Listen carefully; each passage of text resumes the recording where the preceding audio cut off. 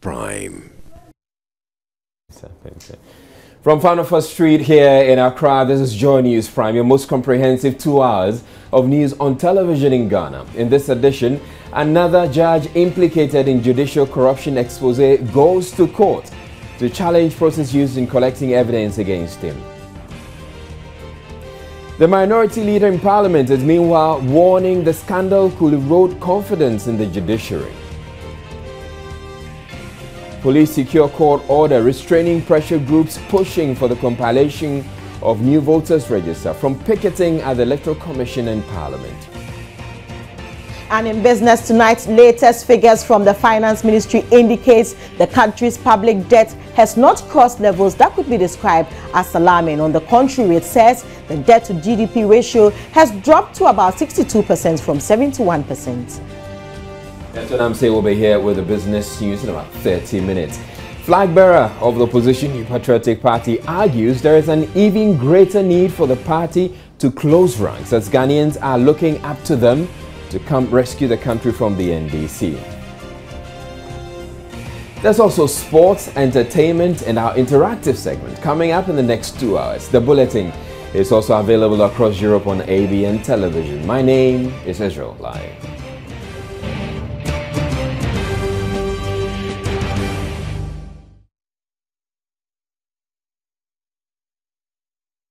The corruption scandal in the judiciary continues to dominate the news around Ghana with new and very significant developments today.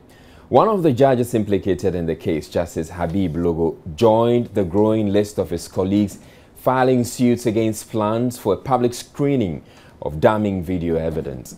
Like the others, Justice Logo's writ also demands a declaration that the manner in which the investigative journalist Barima collected his evidence against the judges amounts to entrapment.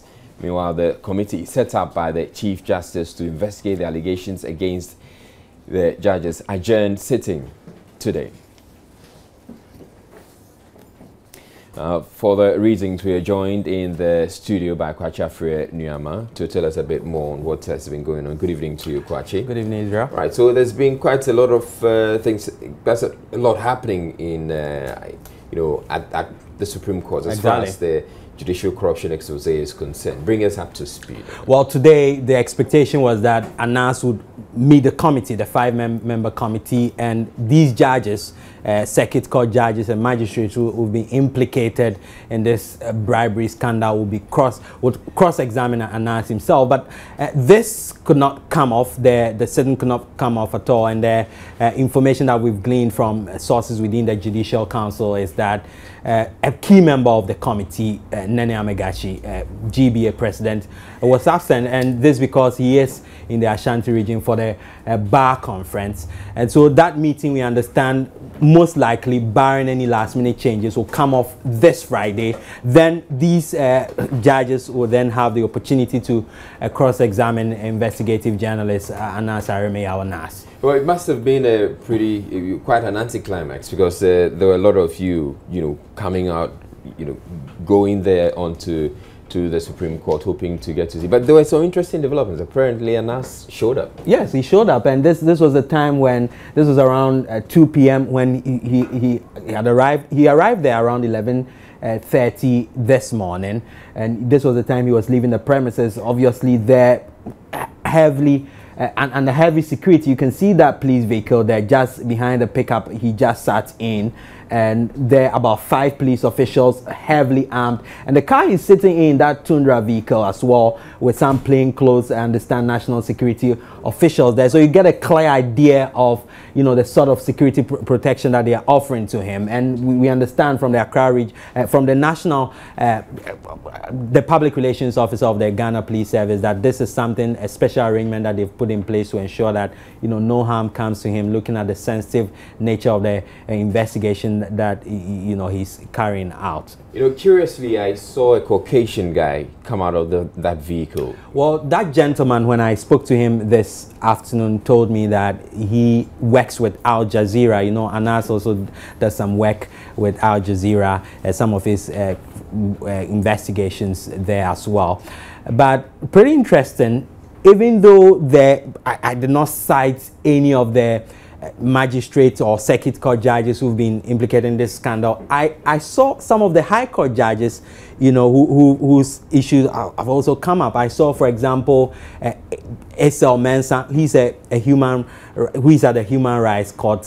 One of the high-profile cases, of course, we know he's handling is the Tehoda matter. I saw him today. He didn't look perturbed at all. In fact, the expectation was that, well, looking at how events have unfolded, they'll have quite a disoriented demeanor, but that was not the case at all. He put up a rather brave appearance today at the court premises in his mufti. I saw Ivy Hayward Mills as well at the court premises today in her car. She didn't get out of the car anyway. All right. So we've been speaking to the lawyer for the some of the magistrates who've been implicated in all of this. What has he been saying?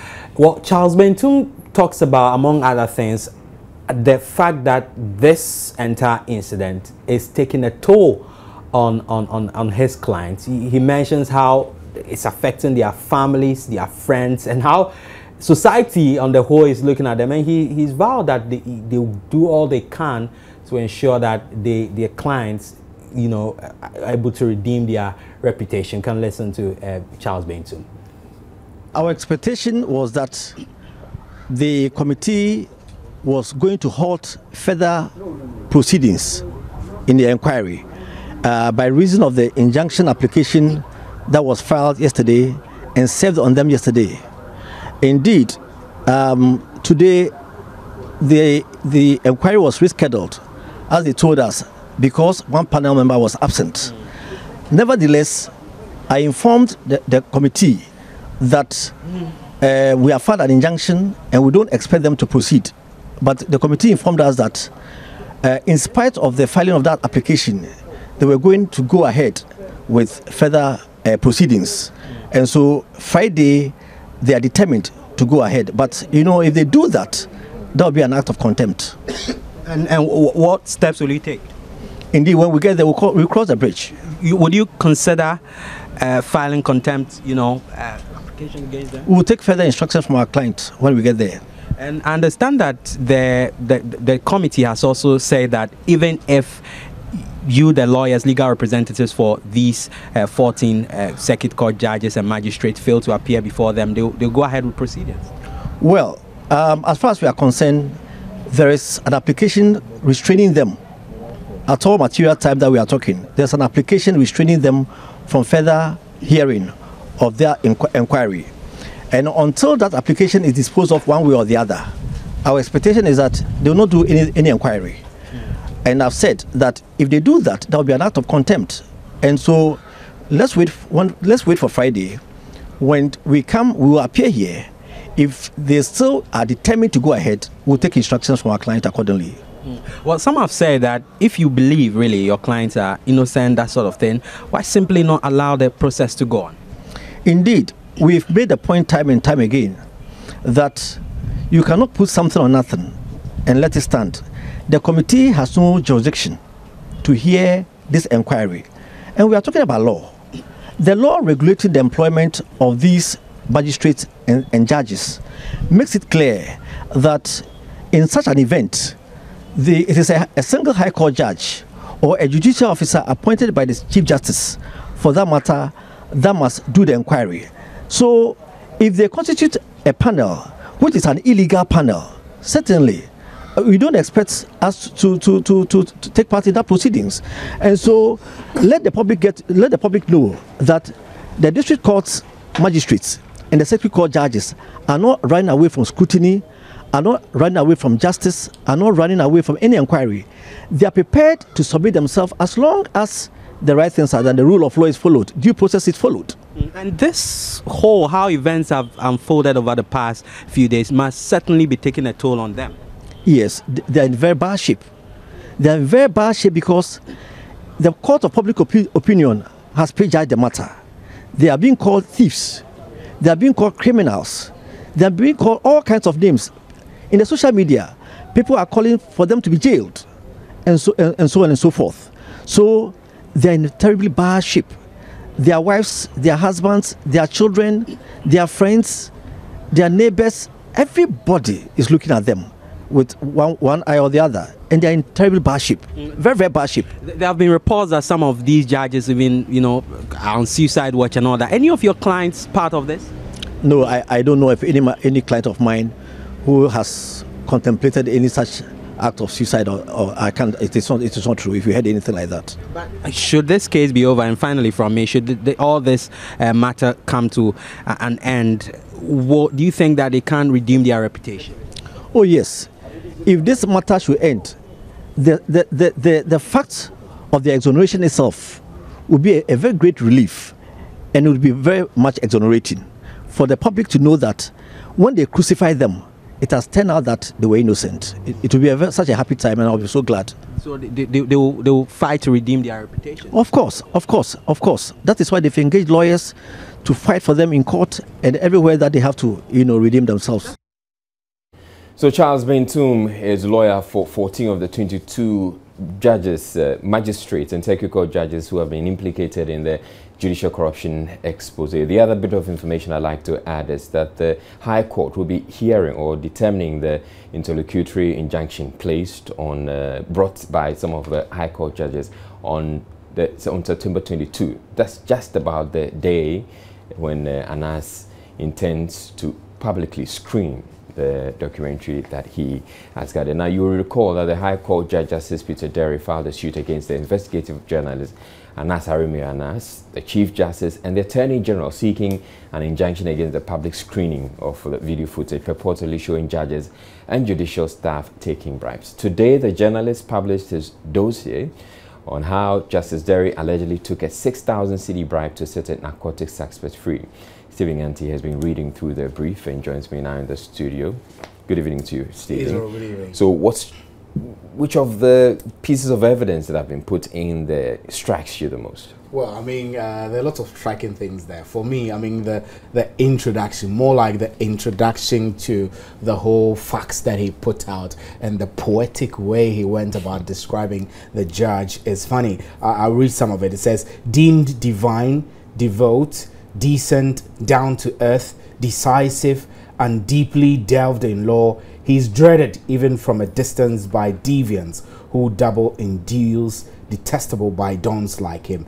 And I'll leave the rest. And he says, yet deep down, Derry is as despicable as the despised pickpocket in the docket, and only a dunce who cannot dance to his tune dies. So that's how he describes it. That's interesting. But I mean, the key issue for us is that Anas, as has been typical since he started this serialization, picks a particular case and then he goes into it, and then he establishes the issue of bribery. So he used a case in which the Republic was taking Kwame Jatto, who dealt in narcotic cases, to court. And the evidence he provided suggested that it got to a point that the defense of this guy, Kwame Jatto, who was caught with 53 bags of marijuana in his car disguised as a hearse, it got to a point that they knew that there was no more case to prove beyond reasonable doubt that he will be set free, so that he will go in. So at that point, Anas now swings into action, calls himself Ahmed, and started negotiation where he meets the man. The interesting bit, the most interesting for me, is when the middleman called Lord Mayor, decided to say that the judge has said he wanted 20,000, and then the negotiations went on and they agreed on 11,000. Out of the 11, he, who was a don, actually pocketed 6,000. Cool. And the 5,000 went to Justice Derry. That was interesting. So I'm sure if it was any other person who was following this case, they might not have dealt into establishing whether indeed the money, all of the money, went to Justice Derry. All right. So, a short while ago, we saw on the screen some goats and some sheep on the... Yeah. I mean, what's all that about? I mean, they're all captured here. The thing is that after going through all the negotiations, the Tiger team decided that they had information to suggest that Justice Derry was cool with livestock, so they wanted to give him a gift of a goat. But then in doing that, the mayor, who is also the middleman, also wants a share. So they actually took two. So one for mayor, one for who got the goat, who got the sheep? Justice Derry got the sheep, the white one, which was very adorning. I don't know how to put it, but yeah, I mean, the interesting bits is that the series of interactions that went on actually demonstrated the detail that these middlemen go through to convince those of us. I mean, I'm sure Anas portrayed the ordinary person who is now going through to bribe the judge to get a case in their favor. So eventually, Kwame Jato, who was to actually go in for 15 years or so, was freed. All right. Thank you very much, Stephen Anti, and I'm sure we'll be getting a lot more of these details coming from Anas Mayor Anas. But you're watching Joy News Prime. We're taking a break. We'll be back with more. Don't go away. You're watching Joy News Prime, and on to the rest of our stories. The minority leader in Parliament, Osei Asare, is warning there could be complete loss of confidence in the rule of law if the expose on judicial corruption is not well managed. The Judicial Council has begun the process to punish members of the bench said to have been captured on video taking bribes. Osei Asare, however, dreads members of the public may begin to take the law into their own hands. More importantly, he says the scandal must lead to reforms that will restore public confidence in the judiciary. As a nation, we must be expanding our democratic governance. And I think that anything that would add value to our governance should be applauded. That is how I see the investigation conducted by Anas. Nobody should consider himself an angel. Within the executive, within the judiciary, within the legislature, you find similar elements all over. I think we should identify the cause. As far as I'm concerned, these revelations should help us to reform the system, right? It should be a critique that should lead us to reforming our governance. I want to believe that it is not intended to destroy the system. That is why I'm a bit worried about the management of the revelations.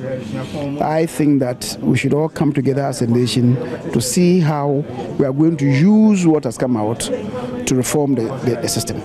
If people think that as part of the management arrangement, maybe even though we could address the issues, without giving that exposure to the faces behind those conducts, or if you like, misconducts, right? If that is the understanding of certain people, I believe we can dialogue on that. The related development, senior lecturer at the Political Science Department of the University of Ghana, Dr. Ransford Jampo, has dismissed suggestions poor remuneration of judges could partly be blamed for the corruption unraveled in the recent expose by investigative journalist Anas Anas. Dr. Jampo maintains no amount of remuneration can discourage greedy people from being corrupt. In our part of the world, it seems to me that greed is our creed, and it is all about being greedy and all that.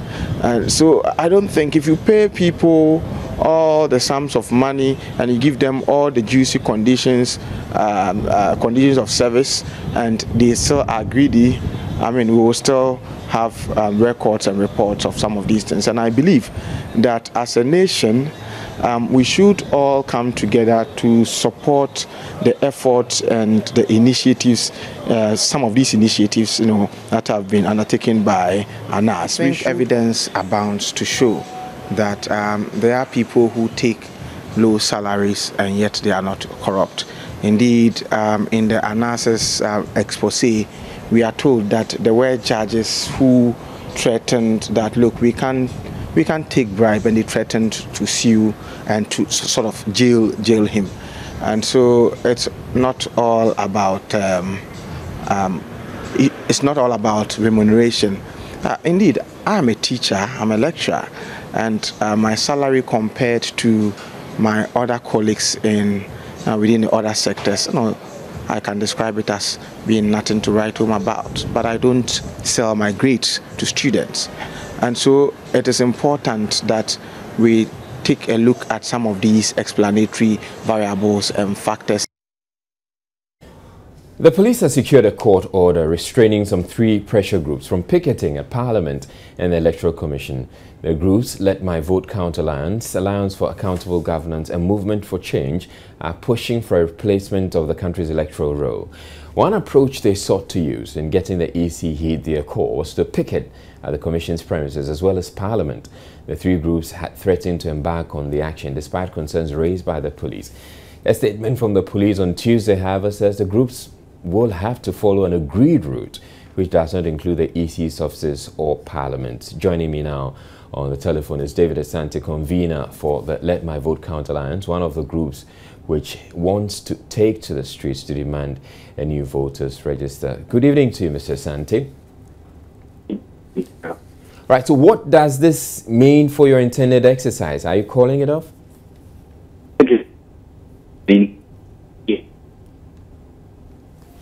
We are having some challenges with your line. It looks like we'd have to call you back because it's not very clear. All right, so let's try one more time to see if we can get Mr. Asante to hear us and if we can hear him clearly. Good evening to Mr. Asante. What does this mean for your intended exercise?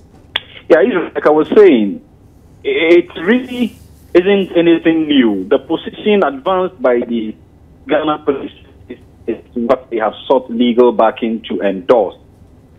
But the principal objective and the overall program is happening tomorrow.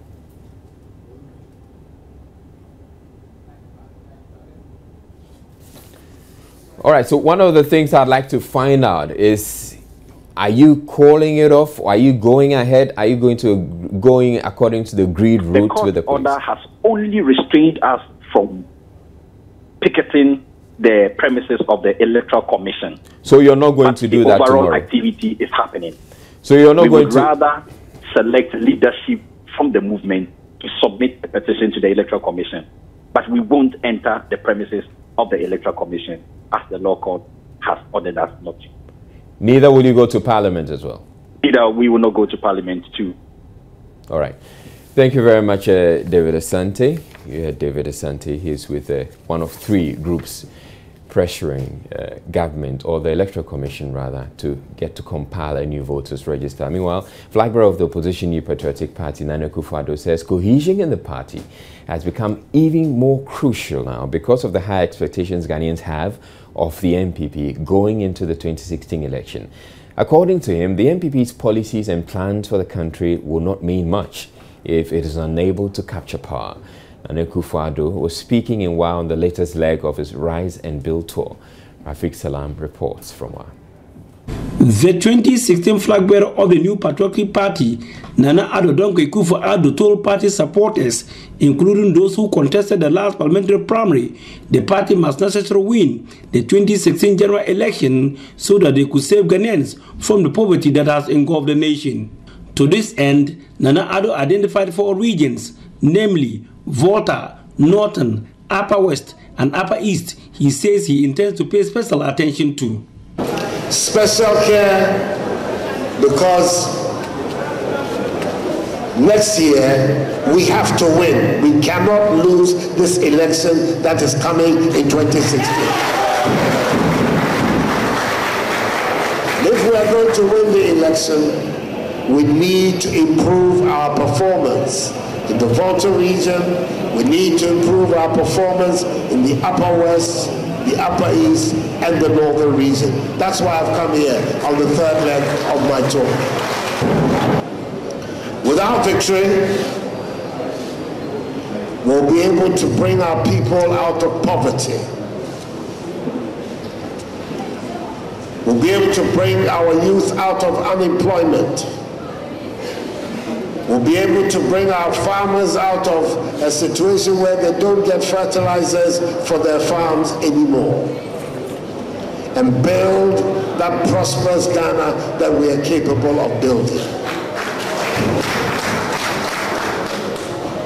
A Ghana where there's going to be year-round agriculture.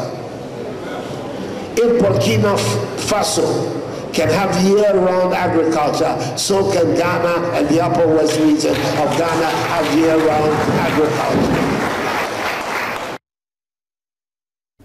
You're watching Joy News Prime, and still to come in the bulletin. A mother is demanding justice for a 13-year-old son who was allegedly assaulted by 5 police officers in Ejumako in the Central Region. We'll have that story coming up for you, but right after this, we're bringing you business news with Eton Amse. Please stay tuned. It's our time for business news, and Eton Amse is here. Good evening to you, Eton. Good evening, Israel. All right, so one of the stories that interests me and excites me a lot is this issue about whether Ghana is highly indebted or not. You know, at some point in time, apparently, we had figures suggesting that we had gone beyond the threshold, the 70% threshold. Yeah. We were told that, well, things have since changed. Yeah, it's dropped to 62 according to the finance ministry. So we used to be highly indebted. Now we are not. A couple of months ago, but we're no longer. No, we are not. But we could get there again. We hope not to get there. On the borderline, carried away, yeah. All right, now latest figures from the finance ministry indicates that the country's public debt has not crossed levels that could be described as alarming. The July figures actually indicate that the debt stock in relation to the total value of the economy has witnessed a significant drop to about 62% from 71%. Finance Minister Seth Terkper explains this further. The debt in dollar terms at the end of 2014, 24.6 billion. At the end of July, it is 24.4 billion. In between, it went down to 23 billion. So it's not true that we've been adding to debt, and a lot of this is on account of disbursement. However, when you apply the exchange rates in relation to the GDP, is sluggish, has been sluggish over the last 2 years. Then it is true at the end of June, the figure which is being quoted widely as 70, and which for the local media is raising a panic as we getting close to HIPIC, hit 71. But if you take end of July, on account of the strengthening of the cedi, it is 62%. So you can see the drop from 71 to 62. So end of July, Bank of Ghana used the mid-year, figures, and that's what's on their website, because they want the uniformity. So the stability of the exchange rate is very important.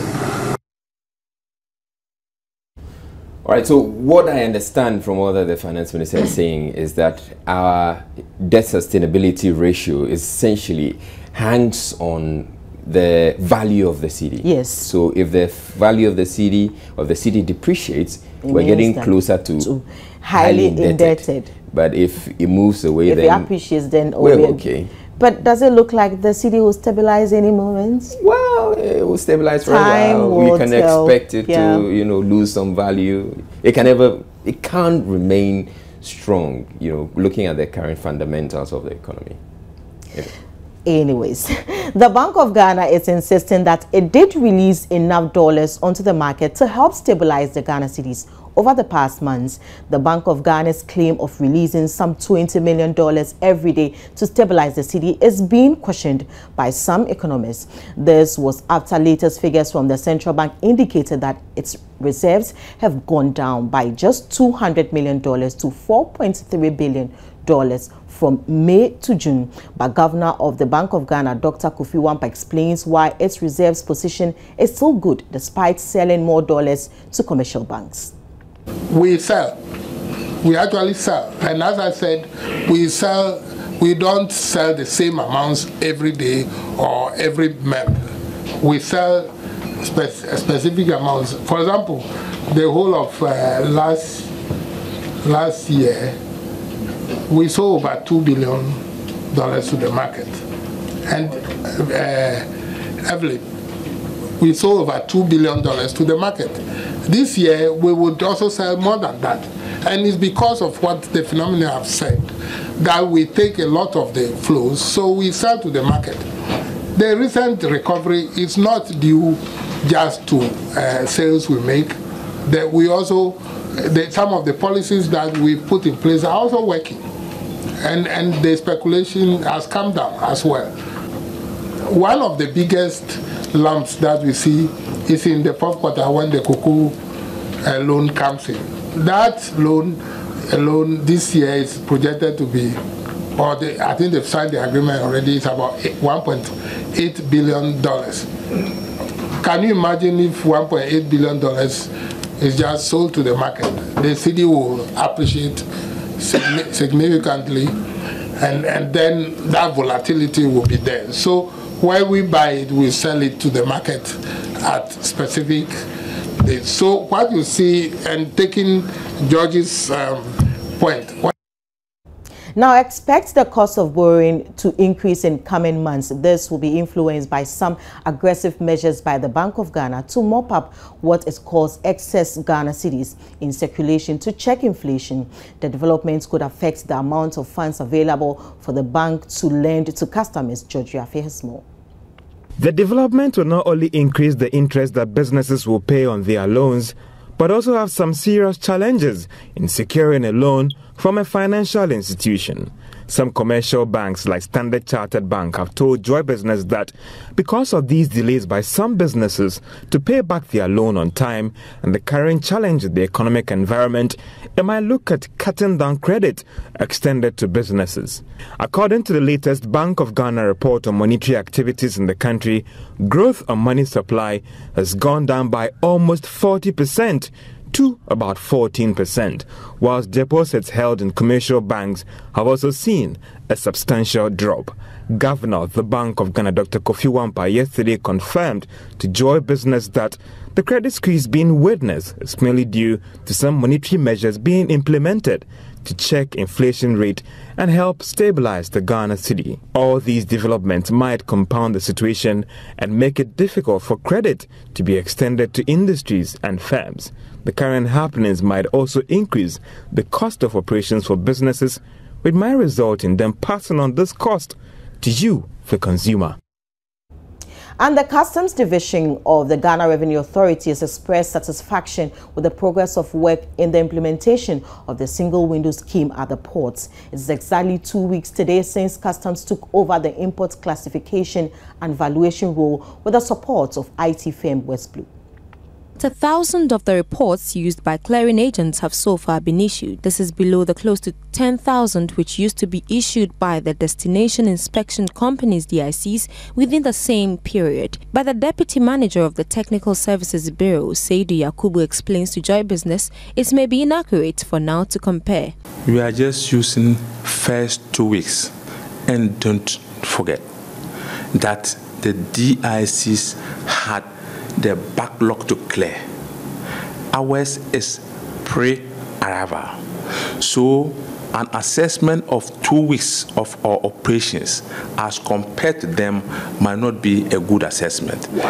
Why? Because most of the people will not have sent their, declarations. Because it's pre-arrival, and a lot of them had already sent declaration to the DICs. And we have processed 1,000 as against what? The challenges.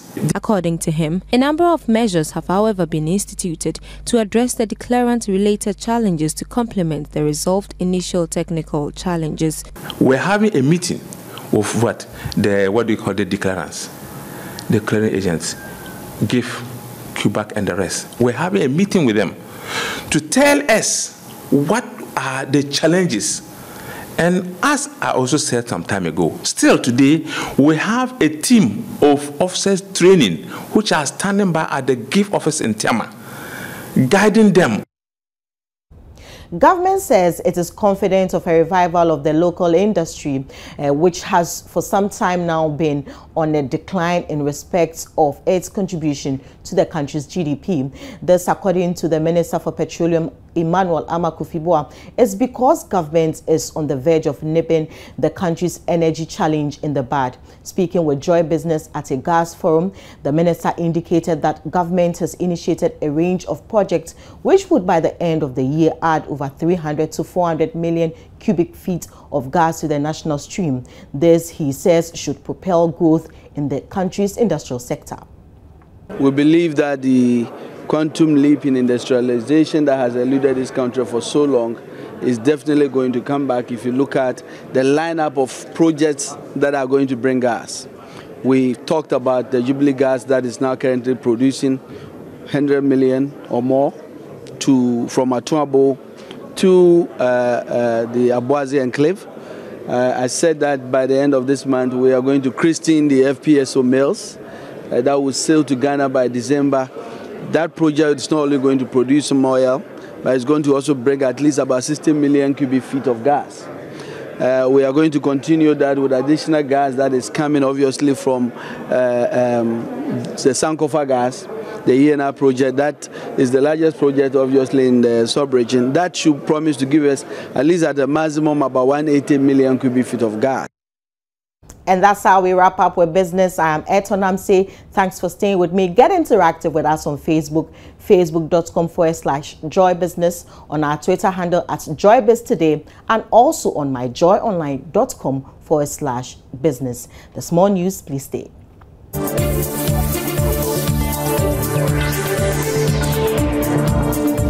Business News was brought to You're watching Joy News Prime. Thank you very much for staying. Now, hawkers and traders are gradually invading the space under the Kwame Nkrumah Circle Interchange project here in Accra. This is in spite of the risk posed by vehicular movement and the construction project itself. MFA Etiama Eli reports. The enterprising traders, though fully aware of the risk involved in doing business under the interchange, say they are left with no choice. Items ranging from foodstuff, shoes, clothes, phones are just a few of those on display for sale. It's risky though, but if I don't do it this way, I won't get the market I need. I just have to find my way around it to make ends meet. It's frightening, but what can I do? I don't have anywhere going. Misfortune can happen to you wherever you are, even in your room. Others have turned the concrete slabs packed under the interchange for the construction as their bed on which they pass the night. Commercial vehicle operators and motorcycle riders have also designated a parking lot for themselves in anticipation of passengers, thereby compounding the already distressing traffic situation around the circle. When they start this work, there is no work, so I just want to stay here and waiting for passenger. The walls of the new interchange were washed with posters. A heap of refuse has been left unattended to right under the interchange. A poor sight to behold by strangers using this part of the city for the first time. A task force explained how the assembly has been handling the situation in ensuring sanity at the construction site. The hawkers say the only way to get them off the construction site is for the assembly to create more space to accommodate them. Otherwise, they will be compelled to take advantage of any available space for business in order to make ends meet. A mother is demanding justice for her 13-year-old son who was allegedly assaulted by 5 police officers at Ejumako in the Central Region. The teenager was reportedly accused by the officers of being part of the youth fomenting trouble in the community. Beatrice Edu has the rest of the story. Right here at Ejumako in Tumere, I'm in the community of Isaac Boche, who has allegedly been beaten to pulp by the police. He's unable to go to school because of what is happening. They used their baton to beat me. They also used their gun as well. They accused me of being part of the youth fomenting trouble. I said no, but they beat me, put me in handcuffs. My legs started swelling. Police station, The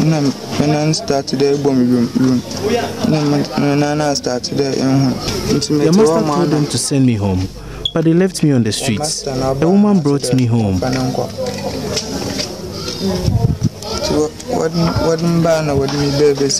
So a number of residents and neighbors have trooped to this compound house wanting to know what is actually happening.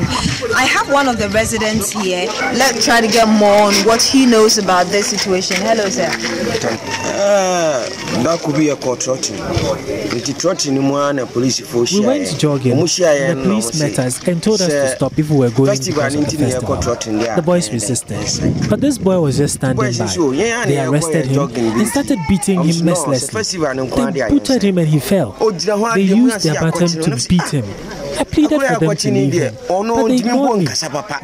Yachini on bibie no obetimi aka de mu yanze police fu yachi na ba ko ahangane ha na ba ko so twan boot na top form na omode omukuta omu talk true no omode bubu akola yi nan omunja no omso no ka ho omunja mso o kam so mi pentinti onu kra na okonsuo ni ade mame a ye di penti ye kabia o mampene omode akola yi koi. He eventually left him at the junction around 7 p.m. So we sent someone to pick him up. He can't even go to school after the incident. There's no money to even send him to the hospital. The police have not bothered to come and apologize or even send him to the hospital.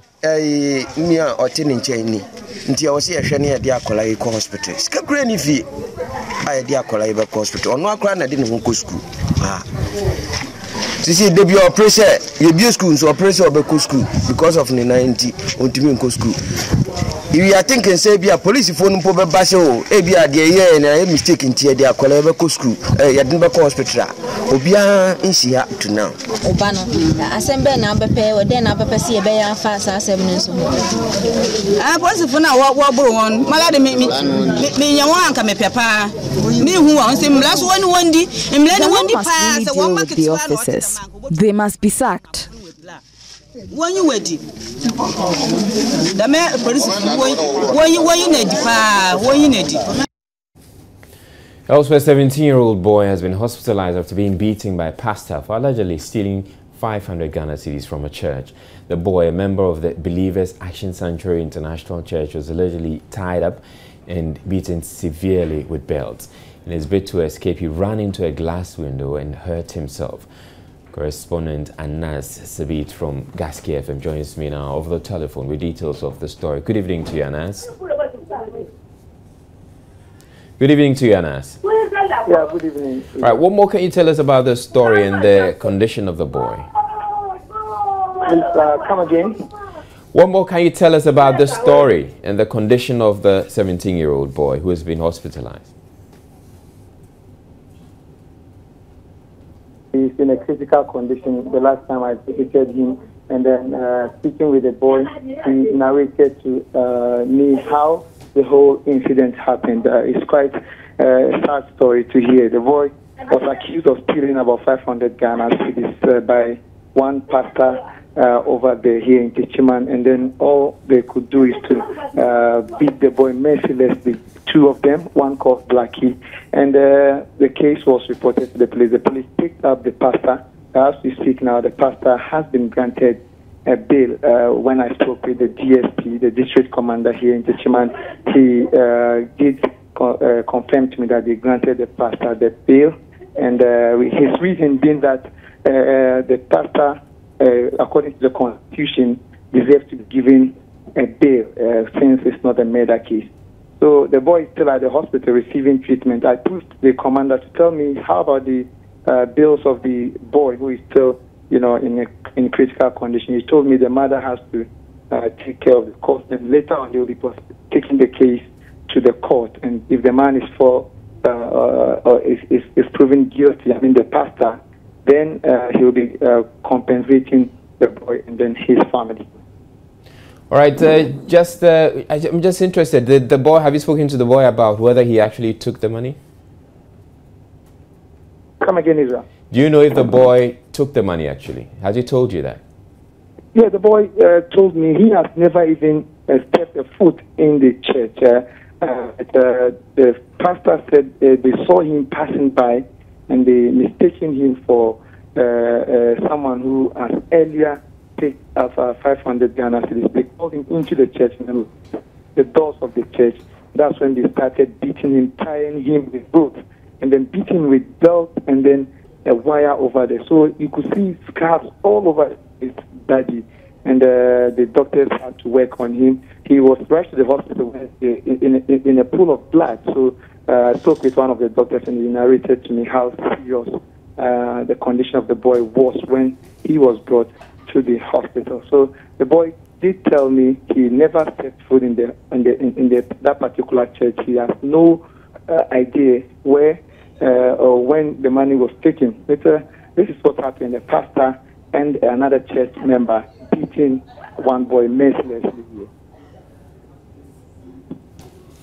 All right, thank you very much, correspondent Anas Sabit from Gaskia FM, and we'll count on you to keep us posted on this particular story. But we're taking a break at this point to bring you international news next. Stay tuned.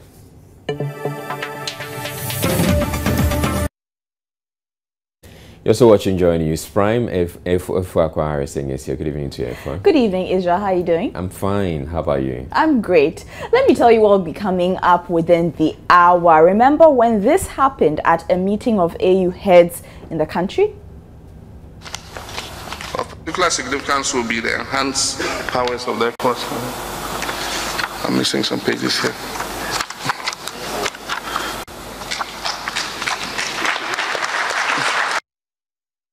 Well, a mix-up from the Secretary's office happened to another African leader. This time it was not just about missing pages, it was a whole missing speech. So if you were paying attention to the international segment, then you already know who it is. We'll be talking to you about this story and a bit more when I return with the evening edition of Joy News Interactive. Israel, it's going to be an interesting one. You see, I sense mischief. Why are you bringing the president's missing pages clip into this whole thing? I mean, it just made me remember that things like this happen. At some point, you need to let sleeping dogs, or rather goats. Is it sleeping dogs or goats? Maybe goats. Goats would be appropriate in this situation. Right. Well, that's the end of the first hour of Joy News Prime. But we have the second hour coming up. You don't have to go away. We'll bring you everything that has to do with missing pages and whether it's dogs or goats who have to lie. Stay tuned. We'll be back.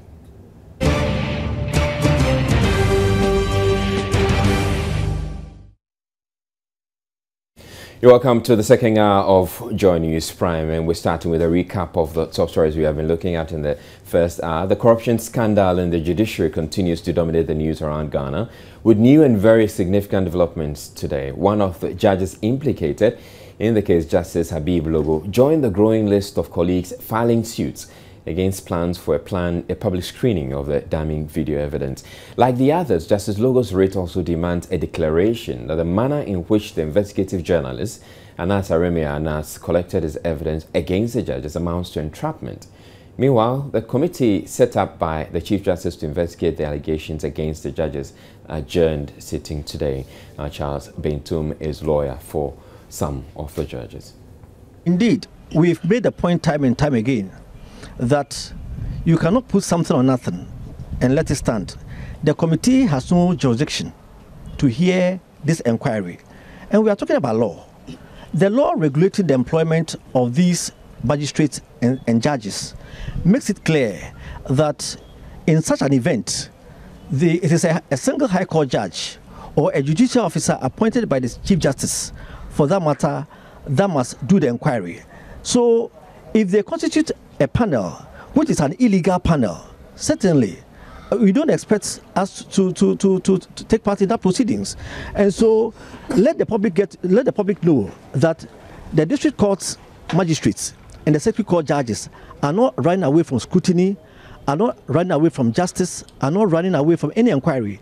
They are prepared to submit themselves as long as the right things are done, the rule of law is followed, due process is followed. And this whole, how events have unfolded over the past few days must certainly be taking a toll on them. Yes, they are in very bad shape. They are in very bad shape because the court of public opinion has prejudged the matter. They are being called thieves. They are being called criminals. They are being called all kinds of names.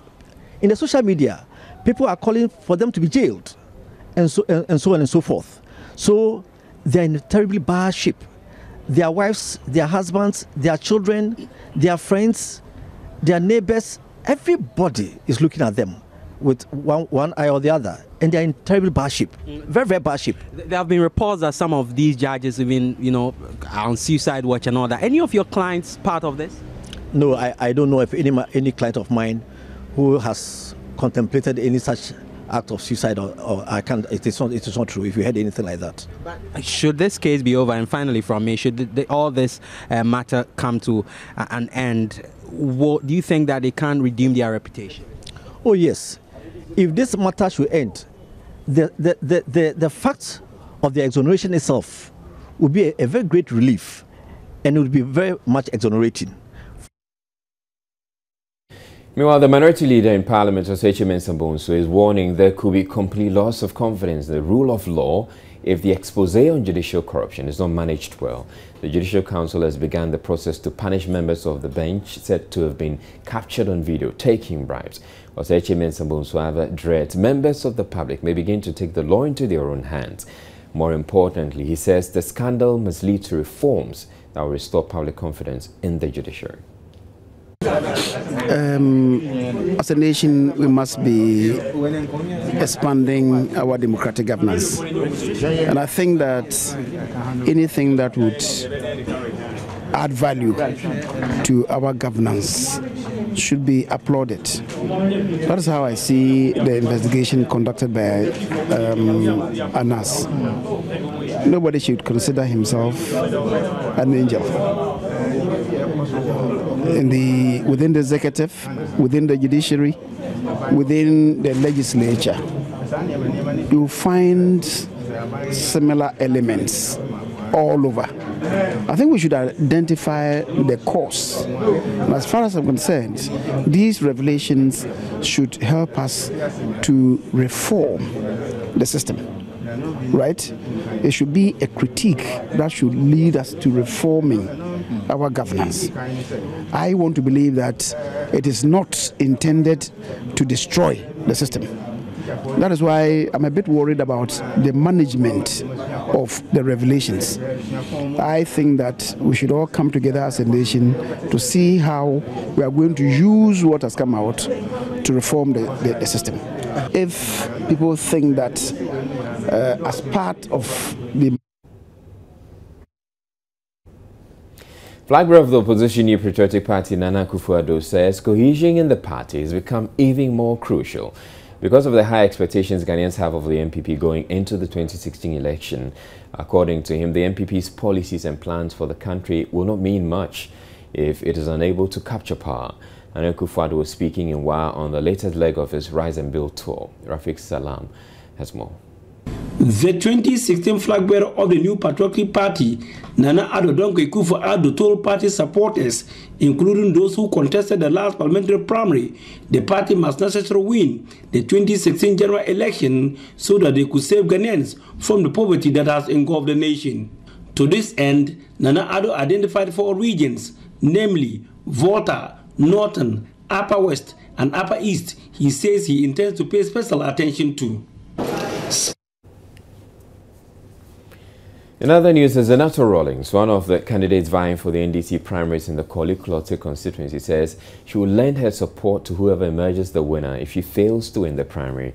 The daughter of former President Rawlings told Adom News reporter Prince Owusu Esiedu she is in the contest because of calls on her by residents of the constituency. I would like to find out from you why you contesting the seat for Korle. Because I feel the strong conviction that in doing so I could actually make a huge difference, because we've had a few projects where we've worked with the community and we've had a very positive response in working with the community, you know, bringing people's desire and their enthusiasm up again. And it's been very encouraging. There are a lot of issues, but the solutions are also not out of reach. Meanwhile, democratic satisfaction remains elusive for many in Africa. That is according to the latest Afrobarometer report by the Center for Democratic Development, CDD. The study says only 46% of Ghanaians feel the 2012 polls was free and fair. Mino Crew is communications coordinator for the Center for Democratic Development. One of the main objectives of Afrobarometer is to give a voice to the ordinary Ghanaian or ordinary African. So today happens to be the International Day for Democracy. We have several surveys that we have conducted, and so on this day we just decided to put out what Africans think about how democracy works in each of the countries that they are in, and whether or not they are satisfied with democracy. The dispatch that we sent out, we put out key indicators and what people, for example, said. So in Ghana, there was a question that we asked, how did you think, or do you think that the last general election was held free and fair? And majority of people said no. And they perceived that the last election was not free and fair. 47% said. 46% said that. So a majority of people think that the last election was not free and fair. Now, if you are a government and a majority of your people that you are in power to serve perceive that the last election that was held wasn't done properly, or it wasn't done the way it was supposed to have been done, then it means you have a challenge. We're taking another break. When we come, we'll bring you entertainment with Ms. G. Please stay tuned. G is here with entertainment. Good evening to you, Ms. G. Good evening. How are you? Very well, thank you. Right, how are you doing as well? I'm not bad too.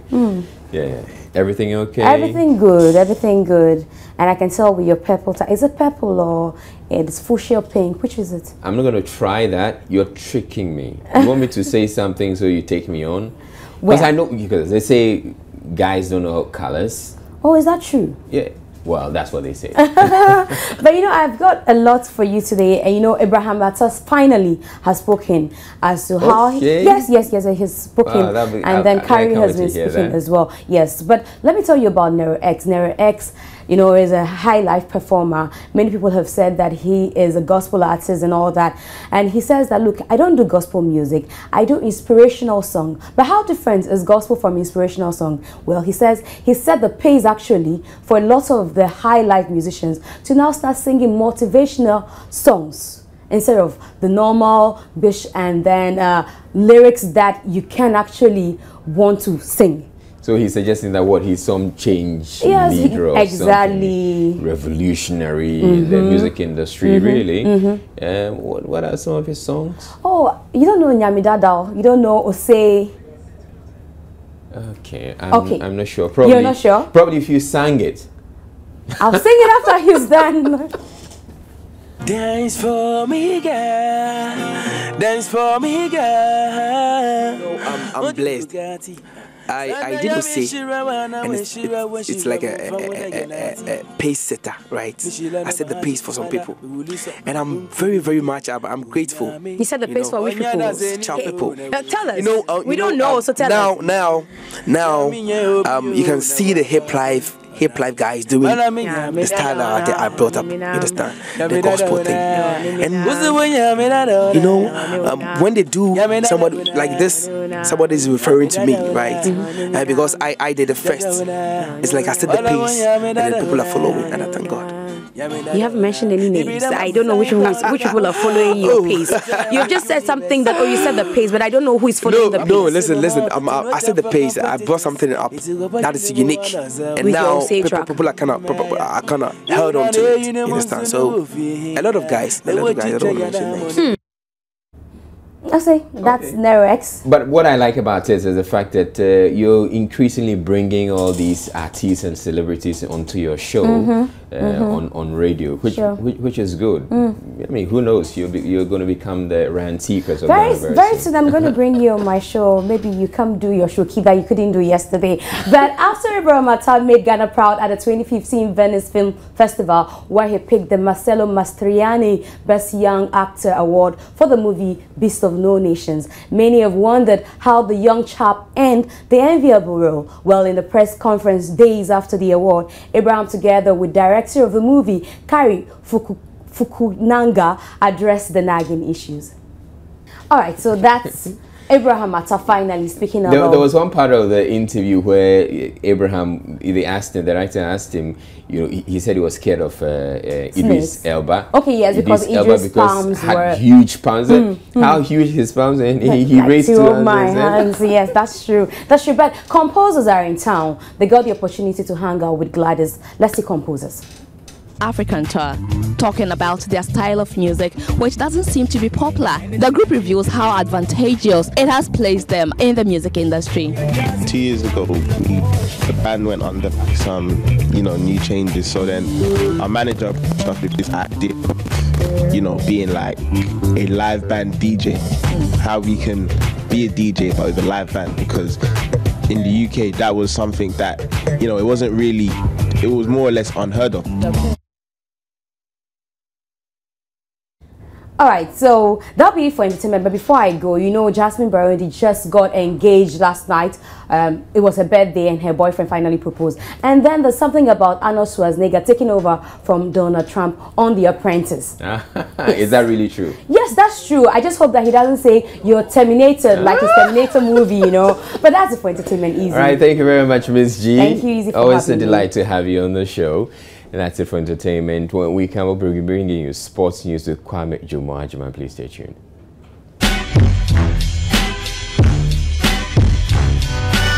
Entertainment news was brought to you by